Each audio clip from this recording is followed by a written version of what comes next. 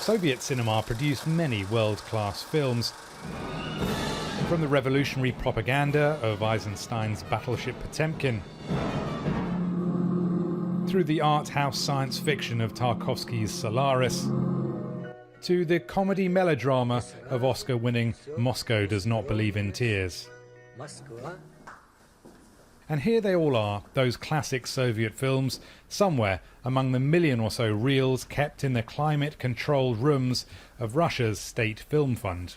It's an archive of every film shown in Russia, domestic and foreign, constantly expanding. Also constant is the battle against the ravages of time.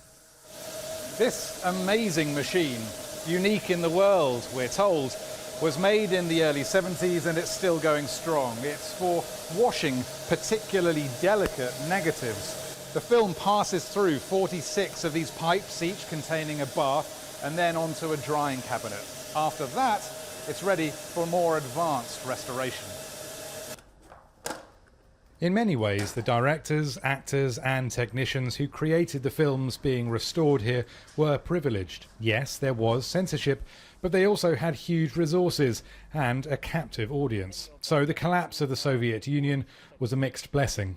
Instead of saying something risky and anti-Soviet, they would find out a very sophisticated and complex way of saying that, thus making their films more complicated and interesting.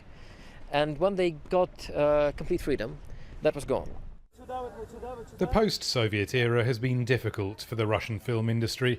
At this year's Moscow Film Festival, the expected glamour and sparkle is there, but Russian cinema goers largely shun domestic movies these days in favour of Hollywood blockbusters. Russian film has a tradition of making art movies. The art movies have an audience of, let's say, 3% of the population.